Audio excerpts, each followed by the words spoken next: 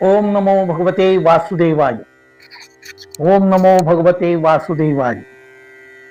श्री कृष्ण गोविंद हरे मुरारे, हे नाथ नारायण वासुदेव।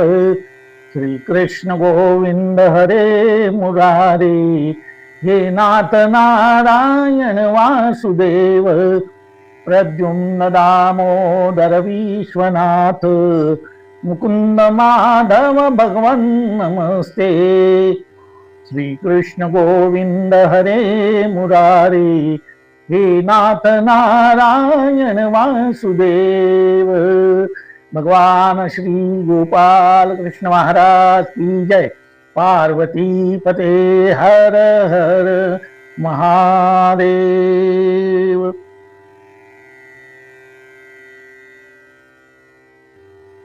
सच्चिदानंद रूपाय विश्वोत्पत्त्यादि हेतवे, तापत्रय विनाशाय श्री कृष्णाय वयं नमः।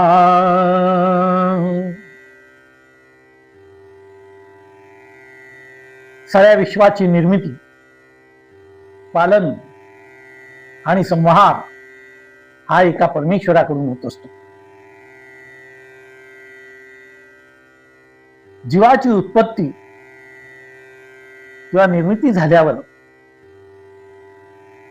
त्या जीवाचा शेवट होईपर्यंत, म्हणजे अंत होईपर्यंत जो मधला काळ आहे त्याला जीवन असं म्हणतात. जन्म आणि मृत्यू यांच्या मधला काळ म्हणजे जीवन.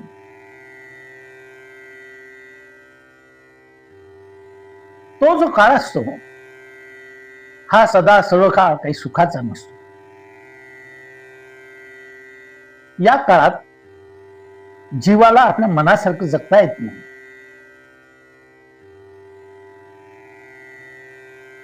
या मधल्या काळामध्ये जीवाच्या पाठीमागे आध्यात्मिक, अधिभौतिक आणि अधिदैविक असे 3 ताप असतात, किंवा याला उपद्रव सुद्धा आपण म्हणू शकतो. हा जो काळ आहे किंवा किंवा मनुष्याला अतिशय असह्य होतो. सुखाचा काळ भुरकन उडून जातो आणि दुःखाचा काळ जाता जात नाही. सुख पाहता जवा पाडे आणि दुःख पर्वता एवढे. आता या काळात आपल्याला ताप होऊ नये किंवा या काळातील त्रासापासून आपली सुटका व्हावी म्हणून ज्यांची उपासना केली जाते त्या भगवान श्री कृष्णांना आपले शतशः वंदन, कोटी कोटी वंदन. भगवान शुकदेवांनाही आपले कोटी कोटी वंदन. भारताच्या उत्तर भागामध्ये नैमिषारण्य नावाचे एक पुण्यस्थळ आहे. तिथे एक विद्यापीठ आहे. ते विद्यापीठ म्हणजे त्याला आपण दुसरं धर्मपीठ असं सुद्धा म्हणू शकतो. या विद्यापीठाचे कुलगुरू आहेत शौनक नावाचे ऋषी. विद्यापीठामध्ये हजारो विद्यार्थी धर्मशास्त्र व इतर शास्त्र तसंच वेदांचं अध्ययन करीत असतात. आणि त्या ठिकाणी एकदा इतिहास आणि पुराणांचे फार मोठे अभ्यासक स्तुतांचं आगमन झालेलं आहे. त्यांचं नाव उग्रश्रवा आहे. ते अतिशय विद्वान आहेत आणि विशेष म्हणजे उत्तम असे रसाळ वक्ते आहेत. त्यांना सूत म्हणूनच संबोधले जातं. या विद्यापीठामध्ये एकदा सहस्त्र वर्ष चालणारं एक ज्ञानसत्र सुरू झालं होतं. आणि अकस्मात तिथे या सुतांचं आगमन झालं. आता एक असा विद्यापीठाचा नियम असतो, बाहेरील कोणी विद्वान आचार्य वक्ता आला तर त्याची आख्याने आयोजित केली जातात, त्याचे व्याख्यान त्या ठिकाणी ठेवलं जातं आणि विद्यार्थ्यांना त्याचा लाभ उपलब्ध करून दिला जातो. सुतांचं आगमन झालं, शौनिकांनी त्यांना यथायोग्य त्यांचा सत्कार केला, व्यासपीठावर त्यांना आदराने बसवलं आणि त्यांना काही प्रश्न विचारलेले आहेत.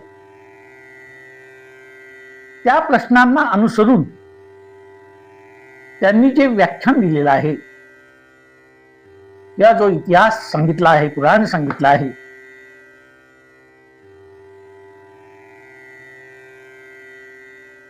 तो इतिहास किंवा पुराणाचं केलेलं कथन आपण या भागवताच्या माध्यमातून ऐकणार आहोत, याचा आपण अभ्यास करणार आहोत. उग्रश्रवांनी आपलं सर्व शिक्षण आपले पिता रोमहर्षण यांच्या मार्गदर्शनाखाली केलेलं होतं. याशिवाय त्यांनी इतरही थोर ऋषीमुनींची सेवा केली होती, त्यांच्याकडूनही त्यांना ज्ञानप्राप्ती झाली होती. थोडक्यात सांगायचं म्हणजे ज्ञानाच्या बाबतीत ते परिपूर्ण होते आणि अशा श्रेष्ठ वक्त्याचा आपल्या विद्यार्थ्यांना लाभ मिळून द्यावा या हेतूने शौनिकांनी या सूत महाशयांना काही प्रश्न विचारलेले आहेत. भक्ती ज्ञान विरागाप्तो विवेको वर्धते महान माया मोह निरासश्च वैष्णवे क्रियते कथम. शौनक म्हणतात, महोदय, जीवनामध्ये सर्वश्रेष्ठ वस्तू काय असेल तर तो म्हणजे आम्हाला वाटतं की विवेक हाच सर्वश्रेष्ठ आहे. सारासार बुद्धी म्हणजेच विवेक. समर्थांनी सुद्धा म्हटलंय, येथे आळस करू नका, विवेकी हो. माणसाला ज्ञान असून चालत नाही, तर ज्ञानापेक्षाही बलवत्तर शक्ती विवेकाची असते. विवेक गेला तर ज्ञानही उघडं पडतं. म्हणून विवेकाला अतिशय महत्व आहे. आता हा विवेक कुठून प्राप्त होतो? तर भक्ती, ज्ञान आणि वैराग्य हे जे तीन तत्व आहे, या तीन तत्वातूनच विवेकाची प्राप्ती होते. हे आम्हालाही माहिती. शौनक ऋषी सांगतात, पण हा जो विवेक आहे हा कशामुळे दृढ होतो किंवा बलवान होतो ते कृपया आम्हाला तुम्ही कथन करा. त्याच्याविषयी आम्हाला माहिती द्या, असं सुतांना विनंती केलेली आहे. जे भगवंताचे भक्त असतात त्यांना वैष्णव असं म्हटलं जातं. त्या वैष्णवांची मायामोहातून कशी सुटका होते किंवा त्यांनी आपली सुटका कशी करून घ्यावी याविषयी आम्हाला आपण कथन करावं, असं शौनिक ऋषी सुतांना विचारतायत.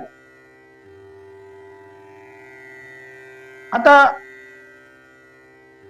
कलियुगात मनुष्य अनेक दुःखामुळे पोळला गेलेला आहे. अनेक ताप त्याच्या पाठीमागे आहेत, त्याला सुख नाही.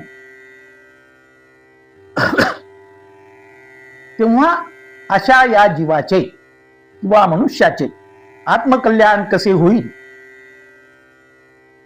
त्यांचे जीवन दैवी गुणांनी कसे संपन्न होईल आणि साऱ्या दुःखातून ते मुक्त कसे होतील, यासाठी तो काही उपाय असेल तो आम्हाला आपण कथन करावा, असं शौनक सांगतायत. सुतांनी सर्व बाजूंनी विचार केला आणि त्यांनी सांगितलं, शौनक ऋषी हो,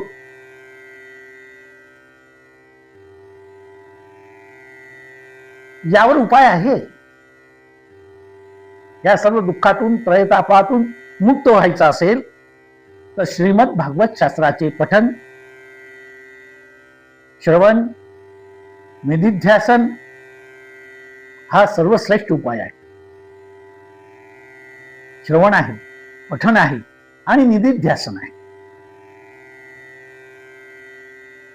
या मार्गाने आपण दुःखमुक्त होऊ शकतो. असं हे भागवत शास्त्र सर्वश्रेष्ठ शास्त्र आहे. आणि मी तो उपाय त्याच्यावर शोधून काढला की हाच एकमेव उपाय आहे. इतर सर्व अनेक नको पडू गबाळाचे भरी, तेथे आहे थोडी नागवन. ज्यांच्यामुळे भागवत शास्त्र जगामध्ये प्रसिद्ध झालं ते शुकदेव आणि महाराजा परीक्षित यांच्यात जो संवाद झाला, शुकदेवांकडून राजा परीक्षिताने आपल्या जीवनाच्या अंतिम समयाला हे भागवत शास्त्र श्रवण केलं आणि त्यानंतर महाराजा परीक्षित मोक्षपदाला गेले. हे त्याचं उत्तम उदाहरण आहे. एकदा असं झालं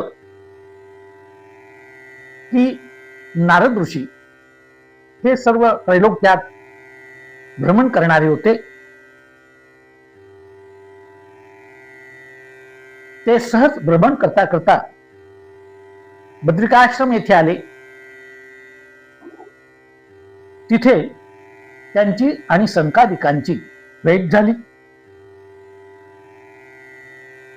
पण संकादिकांनी ओळखलं की महर्षी नारद यांचं जे मुखकमल होतं ते जरा म्लान वाटत होतं. त्यांच्या मुखावर उदासीनतेची छटा होती. संकादिकांनी विचारलं, मुनिश्रेष्ठ, आपला तर त्रैलोक्यात संचार आहे, तुम्ही सतत पृथ्वीवर भ्रमण करणारे आहात, परंतु आपलं मुखकमल हे उदास वाटतंय आम्हाला. याचं काय कारण असावं? ठीक आहे, संसारिक मनुष्य इतर अडचणीमुळे, संकटामुळे काही प्रसंगी उदास होतो, पण आपल्याला फक्त ईश्वर नामस्मरण हाच आपला मुख्य जीवनाचा उद्देश आहे, तरी आपण उदास दिसतायत.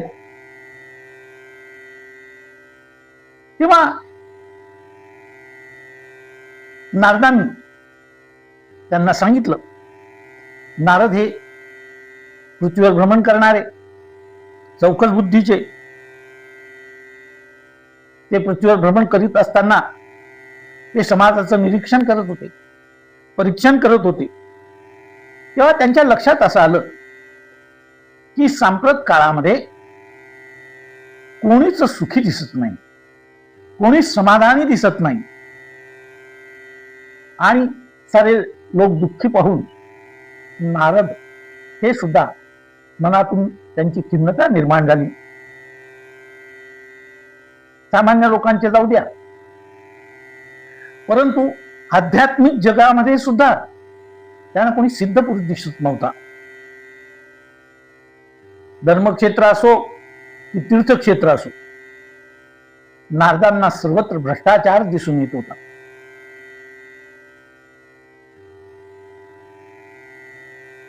आणि त्यामुळे जिथे तिथे लुटमार आहे, भ्रष्टाचार आहे, हिंसा आहे, इतर नसेल तर वाचिक हिंसा, कोण काय बोलेल याचा नेम नाही, मर्यादा कुणी कशाचीही पाळायला तयार नाही. तीर्थक्षेत्रांमध्ये सर्वत्र बाजारूपणा, मार्केटिंग ज्याला आपण म्हणतो, चढाओढ, खेचाखेची चाललेली आहे. विद्यालय असो, कथा असो, कीर्तन असो, प्रवचन असो, हे सर्व पैसा कमवण्याची, धन कमवण्याची साधनं झालेली आहेत. लोकांनी याला पैसा कमवण्याचं साधन बनवलेलं आहे. सर्वत्र धंदेवाईकपणा आहे. त्यामुळे ते पाहिल्यानंतर माझं मन उदास होत. यात चांगले काय? तर काहीच नाही. काहीच आपल्या हातामध्ये चांगलं मिळत नाही. आणि हे संकादिक ऋषी हो, मी थोडी तरी मनशांती मिळेल म्हणून मी अनेक तीर्थामध्ये गेलो, अनेक तीर्थ फिरलो, पण तिथेही मला अधर्म दिसून आला. त्रिवेणी संगमी नाना तीर्थे भ्रमई, चित्त नाही नामी तरी ते व्यर्थ. जत्रा में एक पत्थर बैठाया, तीरथ बनाया पानी. ये दुनिया भई दीवानी, पैसों की धूलधानी. पैसों की धूलधानी. वरून तीर्थयात्रा, पण आतून पिकनिक, मजा, फिरणं हिरणं, अशी अवस्था आहे. देवधोंडा तीर्थ पाणी, देवधोंडा तीर्थ पाणी, देव रोकडा सज्जनी, देव रोकडा सज्जनी. संतांनी सांगितलंय, कुठेही जा, जो तिथे देव असतो तो कुठल्या ना कुठल्या धातूचा, दगडाचा, कशाचा ना कशाचा बनवलेला ती एक मूर्ती असते. आणि आजूबाजू जो परिसर असेल तिथे जे पाणी असेल त्याला तीर्थ असं नाव दिलं जातं. परंतु खरं सांगायचं, तुकाराम महाराज सांगतात, देव रोकडा सज्जन. हा बाकीचा सगळा उधारीचा मामला आहे. रोकड व्यवहार म्हणजे सज्जनांच्या ठिकाणी देव रोकडा मिळतो, तिथे उधारी नाही.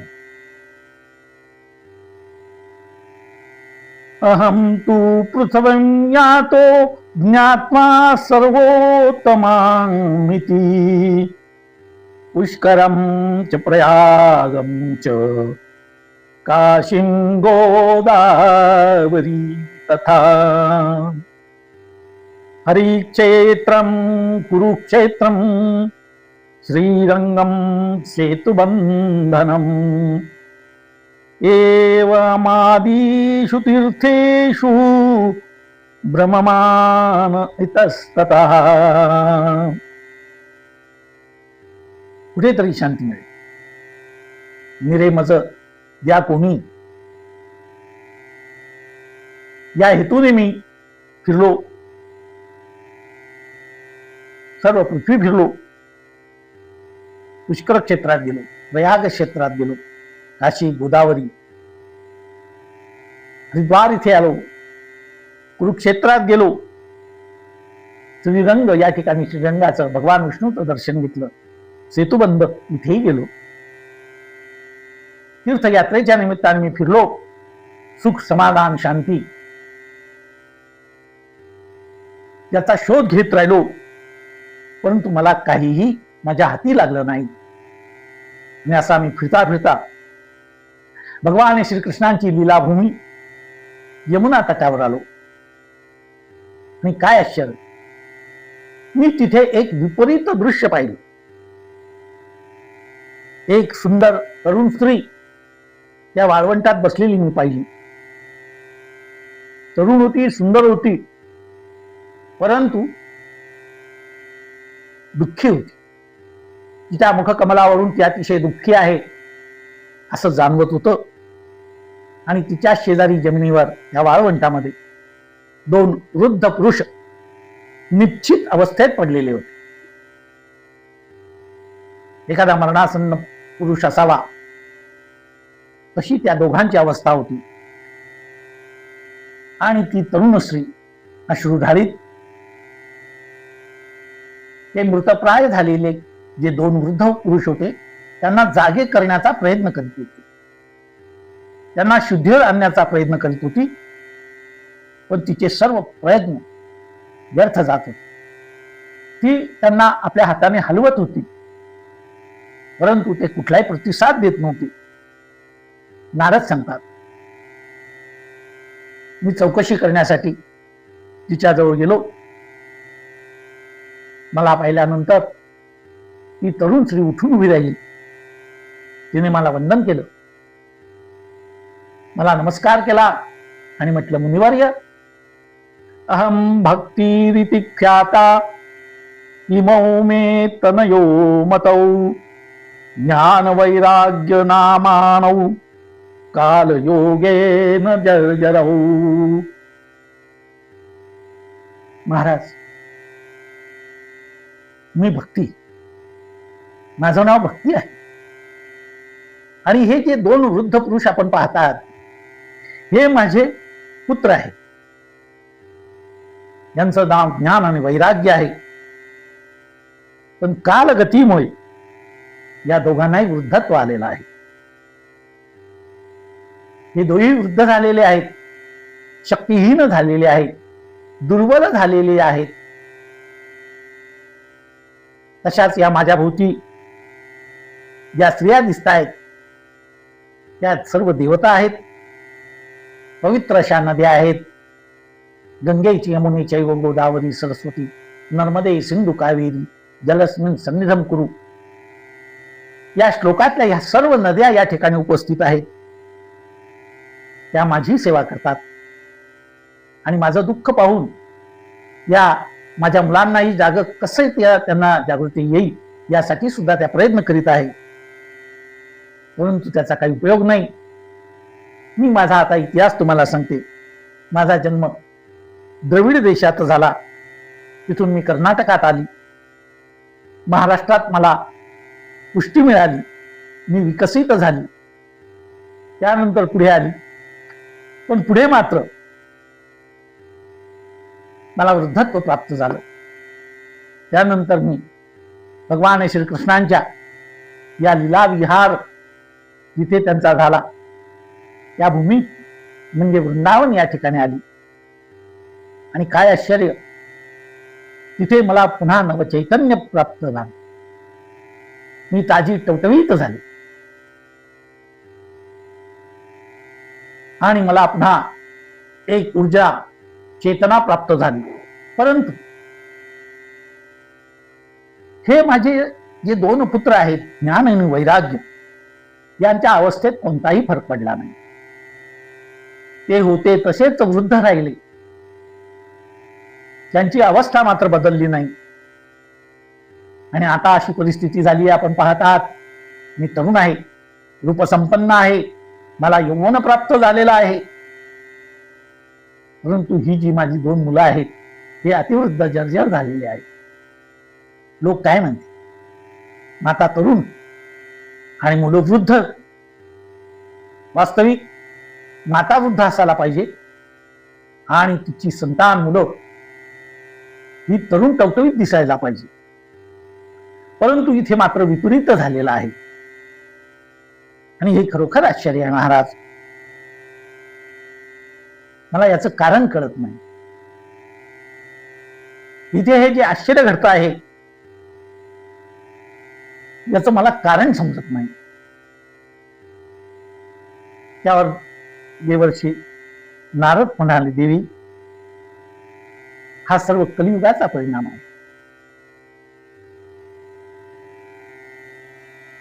या कलियुगाचा हा प्रभाव आहे. शृणुष्वावहिता बाले युगोऽयं दारुण बलिः तेन लुप्तः सदाचारो योगमार्गस्तपांसि च. हे कलियुग आहे. हे नुसतं कलियुग नाही तर घोर कलियुग आहे. या कलियुगात सदाचार, योग साधना, जप, तप, सत्कर्म हे सर्व साधनं लोप पावलेली आहे.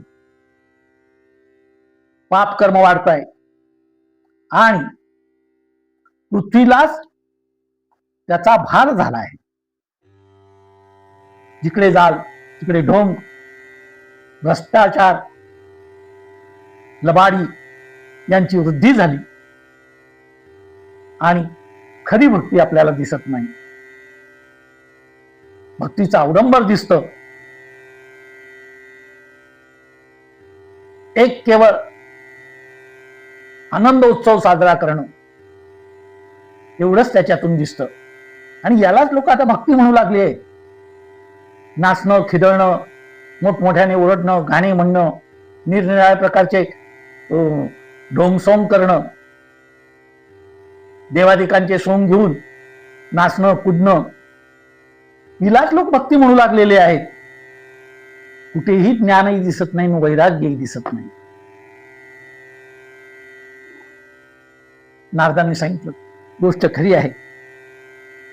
ऐसा कलिजुग आवेगा बाबा, ऐसा कलिजुग आवेगा, हंस चुबेगा दाना झूठा और कौवा मोती खावेगा.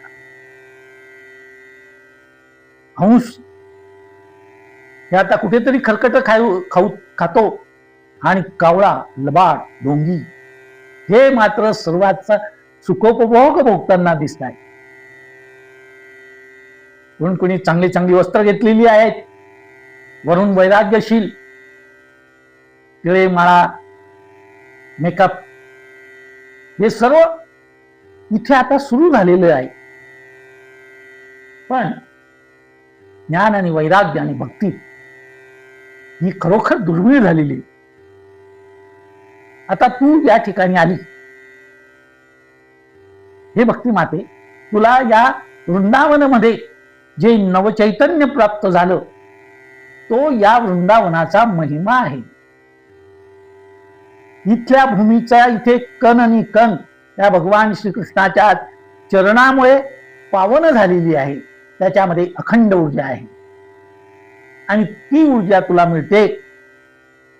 इथे तुझं जे वास्तव्य झालं आहे त्या वास्तव्याचा हा प्रभाव आहे. वृंदावनस्य संयोगात पुनस्त्वं तरुणी नवा, धन्यं वृंदावनं तेन भक्ती नृत्यती यत्र च. इथे भगवान श्रीकृष्णांच्या चरणस्पर्शाने ह्या भूमीमध्ये अखंड अशी एक चैतन्याची धारा, चैतन्याची निर्मिती ही अखंड तिथून तो स्रोत असतो आणि त्या स्रोताच्या प्रभावामुळे तुझ्यात हा बदल झालेला आहे. पण मी म्हणते, भक्ती सांगते, तुम्ही सांगतात कलियुग आहे, हा कलियुगाचा महिमा आहे. आणि मी तर असं ऐकते की आता सध्या महाराजा परीक्षित यांचं राज्य आहे, त्यांचा अंमल सुरू आहे. ते तर धर्मप्रेमी आहेत, मोठी परंपरा आहे त्यांना. आणि ते इथे राज्य असताना, त्यांचं राज्य असताना, त्यांचा सत्ता असताना असं का व्हावं? असं का व्हावं? त्यांचा काही या कलियुगावर धाक दिसत नाही, वचक दिसत नाही. वास्तविक पाहिलं तर कली हा गुन्हेगार आहे. त्याला एक तर हद्दपार केलं पाहिजे किंवा त्याला शिक्षा केली पाहिजे. त्याला आपल्या राज्यामध्ये थारा देताच कामा नये, त्याला हाकलून दिलं पाहिजे, असं भक्तीने तिच्या विचाराच्या दृष्टीने नारदांना सांगितलं. त्यावर नारद म्हणाले की देवी, हे भक्ती माते, तुझी अवस्था मी जाणतो. यदा मुकुंदो भगवान क्ष्मां त्यक्त्वा सपदं गतः तद्दीनात् कलीरायातः सर्वसाधन बाधकः. तू जे म्हणते ते खरं आहे, परंतु या कलीचा प्रभाव केव्हा वाढला तर ज्या दिवशी भगवान श्रीकृष्ण हा पृथ्वीलोक सोडून आपल्या निजधामाला गेले त्या दिवसापासून कलियुगाला सुरुवात झालेली आहे. अयम तू युग धर्मो हि वर्तते कस्य दूषणम अतस्तु पुंडरीकाक्ष सहते निकटस्थिता. हे पहा, हा युगधर्म आहे. प्रत्येक युगाचा एक धर्म असतो. जसा ग्रीष्म ऋतूचा धर्म आहे. ग्रीष्म ऋतू सुरू झाला की उन्हाचे चटके वाचणारच, त्या ऋतूचा तो धर्म आहे. हेमंत ऋतूमध्ये शीत जाणवणारच, थंडी जाणवणारच. वर्षा ऋतूमध्ये जलवर्षा होणारच. त्यामुळे हे जे काही इथे दिसत आहे हा कलियुगाचा प्रभाव आहे. प्रत्यक्ष भगवंताचं सानिध्य जरी असलं तरी हेच चालत राहणार. कारण आता कलियुगाचा काळ सुरू झाला आहे. द्वापार संपलेला आहे. द्वापाराची सत्ता संपली आणि कलियुगाची सत्ता सुरू झाली आहे. जे चतुर्युग आहे त्याच्यातला हा कलियुगाचा प्रभाव आहे. काळ बदललेला आहे आणि कलियुगाच्या या काळाप्रमाणे साधनही बदललेली आहे. ईश्वर प्राप्तीची साधनं पण बदलली आहे. सत्यादी त्रियुगे बोध वैराग्यो मुक्ती साधकौ साधनौ कलौ तू केवला भक्ती ब्रह्म सायुज्य कारणौ. सत्ययुगात, त्रेतायुगात, द्वापार युगात ज्ञान वैराग्य हीच मुक्तीची साधनं. ज्ञानप्राप्ती झाली. यज्ञात्वा पुनर्मोहन एव यास्यसी पांडव. ज्ञानप्राप्तीनंतर साधकाला ईश्वर प्राप्ती होत होती. वैराग्य प्राप्तीनंतर साधक या संसारातून मुक्त होत होता. हा त्या युगाचा प्रभाव होता. प्रपंची जरी सुख जोडे तरी का सेवती गिरीकडे राज्य टाकून गेले थोडे हे काय वेडे म्हणावे. एकनाथांच्या चिरंजीव पदामध्ये याचं वर्णन केलेलं आहे. हे देवी, तू एकदा भगवंताला विचारलो, मी काय सांगतो ते आठव.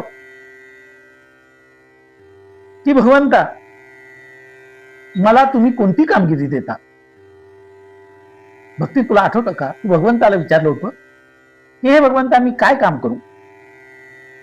तेव्हा भगवंताने तुला एक काम दिलं. ते काम कोणतं होतं? तर भगवंत म्हणाले होते, हे भक्ती, तू माझ्या भक्तांचं रक्षण कर, त्यांचं पोषण कर, त्यांना ऊर्जा दे. आणि तू काय हे एकदा केलं, तू त्यांचं पोषण करू लागली, तेव्हा तुझ्या सेवेला मी मुक्तीला सुद्धा तुझी दासी म्हणून पाठव. म्हणजे मुक्तीला तुझी सेवा करण्यासाठी दासी म्हणून पाठवणार आहे. ती तुझ्या जोडीला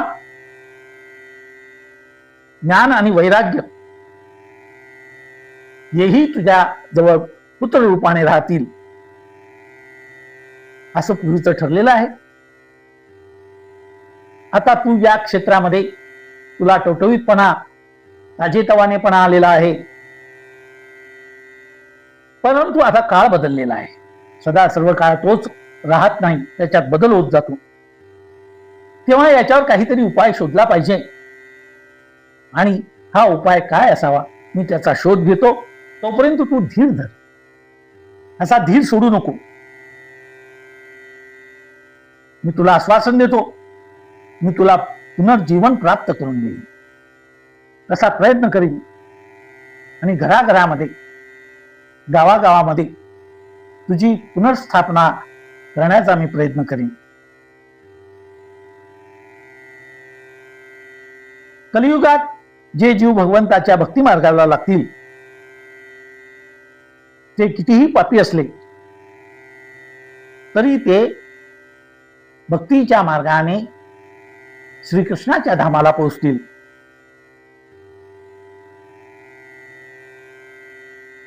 भक्तीचा महिमा मोठा आहे. नृणाम जन्म सहस्रेण भक्तो प्रीतिर्हि जायते कलौ भक्ती भक्त्या कृष्ण पुरस्थितः. बहुता सुकृतांची जोडी म्हणून विठ्ठल यावरी. अनेक जन्माचं पुण्य असेल तेव्हा भक्तीविषयी मनुष्याच्या मनामध्ये प्रेम निर्माण होईल, त्याच्या अंतःकरणामध्ये भक्तीचा उदय होईल. या कलियुगामध्ये केवळ भक्ती आणि भक्ती हे एकमेव सार आहे. भक्तीमुळेच या गोकुळातील गोपींना भगवान श्रीकृष्णाची प्राप्ती झालेली आहे. भक्त म्हणजे काय होतं तर एखादा पदार्थ, उदाहरणार्थ साखर घ्या किंवा रंग घ्या, पाण्यामध्ये विरघळून जातो, त्याला अस्तित्व राहत नाही. साखर टाकली, त्या ग्लासमध्ये चमच्याने ढवळली तर साखर ही जी आपल्याकडे थोडी बारीक आणि खडी रूपात असते ती नंतर आपल्याला दिसत नाही. रंगही टाकला पाण्यात तर संपूर्ण पाण्याला तसा रंग प्राप्त होतो, ते डायल्यूट होतात. तसा भगवंतामध्ये जीव जेव्हा विरघळून जातो, आपलं वेगळं अस्तित्व आहे हे विसरूनच जातो. अस्तित्वाचं विलिनीकरण होतं. हे अस्तित्वाचं विलिनीकरण म्हणजेच भक्ती.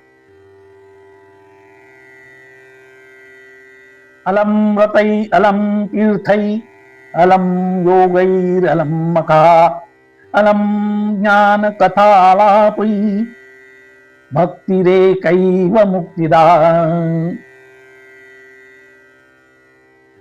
या कलियुगामध्ये निरनिराळे व्रत करणे, तीर्थयात्रा करणे, योग याग, ज्ञानांवर भाष्य करणे, निरनिराळ्या मतांचा प्रचार करणे इत्यादी साधनाची काही जरूर नाही. एकमेव भक्तीमुळेच माणसाला मुक्ती प्राप्त होऊ शकते. कलियुग केवल नाम आधारा सुमिर सुमिर भव तरहु पारा. आता ही साधनं त्या त्या काळात उपयोगी पडली असेल, त्रेतायुगात, सत्ययुगात, पण कलियुगामध्ये भक्तीचं साधनच हे सर्वश्रेष्ठ आहे. योगयाग विधी येणे नवे सिद्धी वायाची उपाधी दंभ धर्म भावे विन देव न कळे निसंदेह गुरुविन जप कैसा कळे गुरुविन अनुभव कैसा कळे जप तप कर्म क्रियानेम धर्म वावगाची श्रम व्यर्थ जाय. ज्ञानेश्वर माऊली हरिपाठामध्ये वर्णन करते. योगाचे शिबिर भरवली जातात. आता योगाचा मूळ उद्देश काय आहे?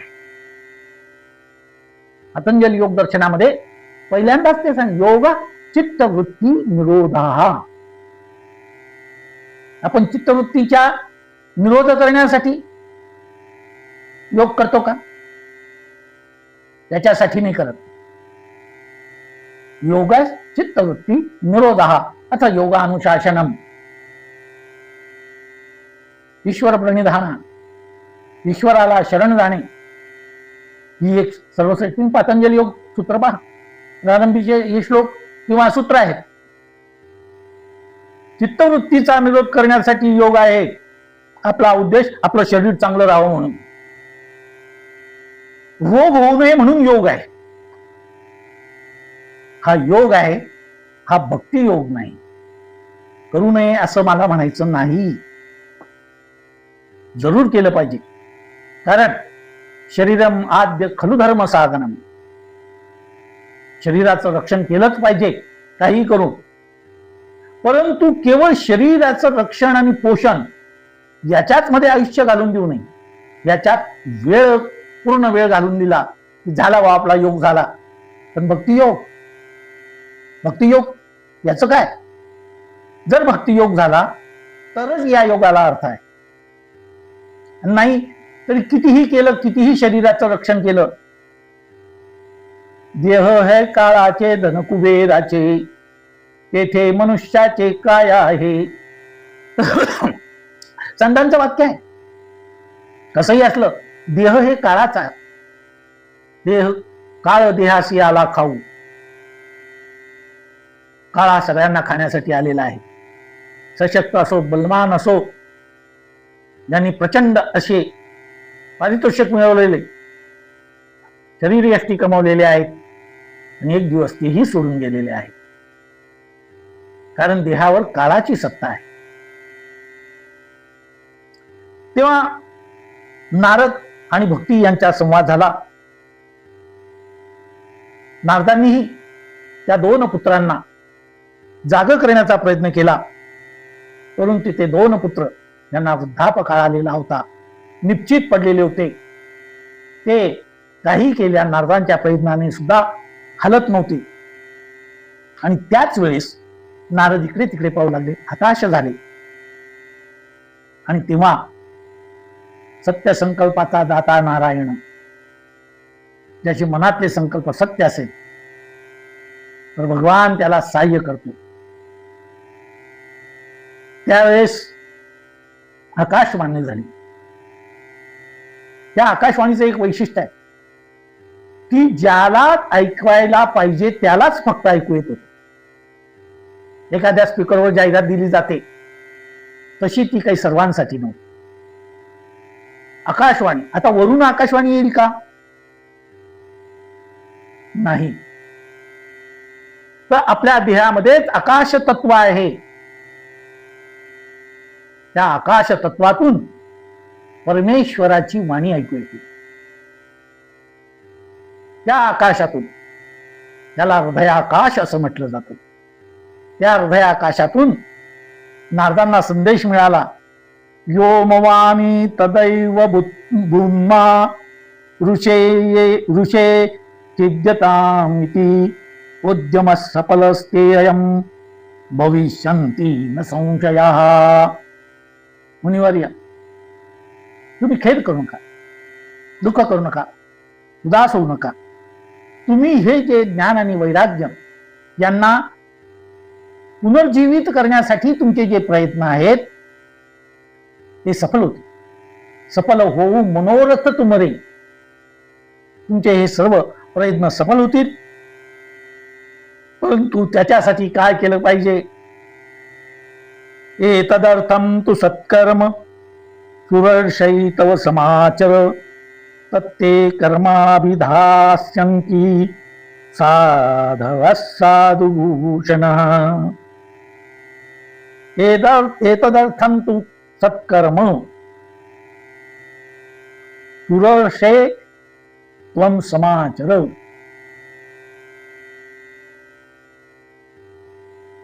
हे महामुनी, तुम्ही सत्कर्म करा.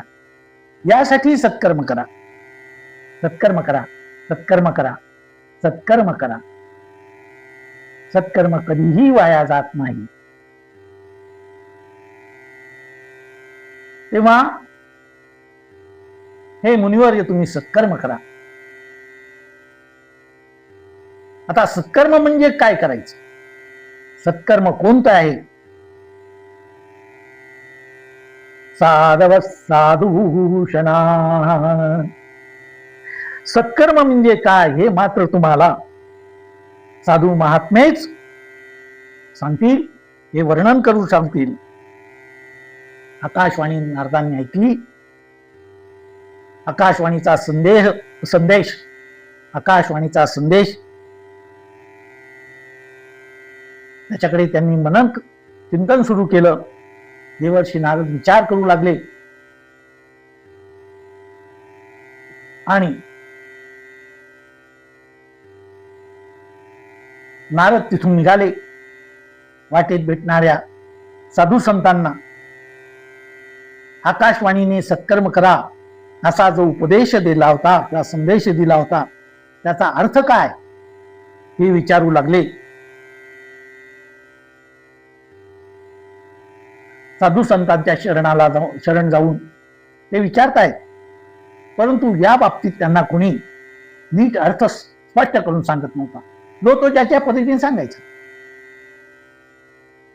जो तो ज्याच्या पद्धतीने सांगायचा. आयुर्वेदिक डॉक्टर असेल तर कफवात पित्त यांचा दोष सांगेल, दुसरा एखादा डॉक्टर सांगेल की चेकिंग करून आणा, तो रिपोर्ट येतो, मग तुम्हाला ही काहीतरी बाहेरची हवेतून बाधा झालेली आहे, अन्नातून बाधा झालेली आहे, किंवा तुमच्या शरीराचा हा पार्ट खराब झाला आहे. तो त्याच्या पद्धतीने त्यांची उपाययोजना सांगतो. कर्मवादी कर्म सांगत होते, याज्ञिक यज्ञ सांगत होते. निरनिराळी माणसं त्यांना भेटली आणि त्यांनी निरनिराळे उपाय सांगितले. आणि शेवटी नारद मुनी बद्रीनाथ या क्षेत्री आले आणि त्या ठिकाणी त्यांची आणि सनकादिकांची भेट झाली. तुम्ही सनकादिक संत मनविता कृपावंत, तुम्ही सनकादिक संत मनविता कृपावंत, एवढा करा उपकार देवा सांगा नमस्कार, एवढा करा उपकार देवा सांगा नमस्कार. माझी विनंती तुम्ही ऐका. देवा सांगा नमस्कार, माझी भाकावी करुणा, विनवा पंढरीचा राणा, माझी भाकावी करुणा, विनवा पंढरीचा राणा. पंढरीच्या राणाला विनंती करा, सत्कर्म करा हा आदेश झाला, परंतु मला त्याचा अर्थ समजत नाही. तुका म्हणे मज आठवा, मुरलव करी पाठवा, तुम्ही सनकादिक संत मनविता कृपावंत. तुमच्याशिवाय माझे गुंत कोणी करू शकत नाही, माझं चांगलं कोणी करू शकत नाही. सनकादिकांची नारदांची भेट झाली. नारदांनी आपला अनुभव सांगितला. वृंदावनामध्ये भक्तीची आणि त्यांची भेट झाली. तिचे दोन पुत्र ज्ञान आणि वैराग्य यांची अवस्था त्यांनी कथन केली. त्यावेळेस झालेल्या आकाशवाणीचा संदेश त्यांनी सांगितला. सर्व काही उलगडून सांगितलं आणि त्यांना विचारलं, अशरीर गिरोक्तम यत्तत् किं साधनम उच्यताम अनुष्ठेयं कथं तावत् प्रब्रुवन्तु विस्तरम्. तुम्ही हे मला विस्तारपूर्वक सांगा, मला सविस्तर वर्णन करा की सत्कर्म म्हणजे काय, सत्कर्म म्हणजे काय. हा प्रश्न नारदांनी सनकादिकांना विचारलेला आहे. पुढे सनकादिक त्यांना त्याच्याविषयीचे मार्गदर्शन करतील. ते आपण पुढल्या भागामध्ये श्रवण करणार आहोत. श्रीमन्नारायण श्रीमन्नारायण श्रीमन्नारायण नारायण नारायण, लक्ष्मीनारायण लक्ष्मीनारायण लक्ष्मीनारायण नारायण नारायण, बद्रीनारायण बद्रीनारायण बद्रीनारायण नारायण नारायण. गंगा माता की जय, भारत माता की जय. नमो नारायणा नमो नारायणा नमो नारायणा.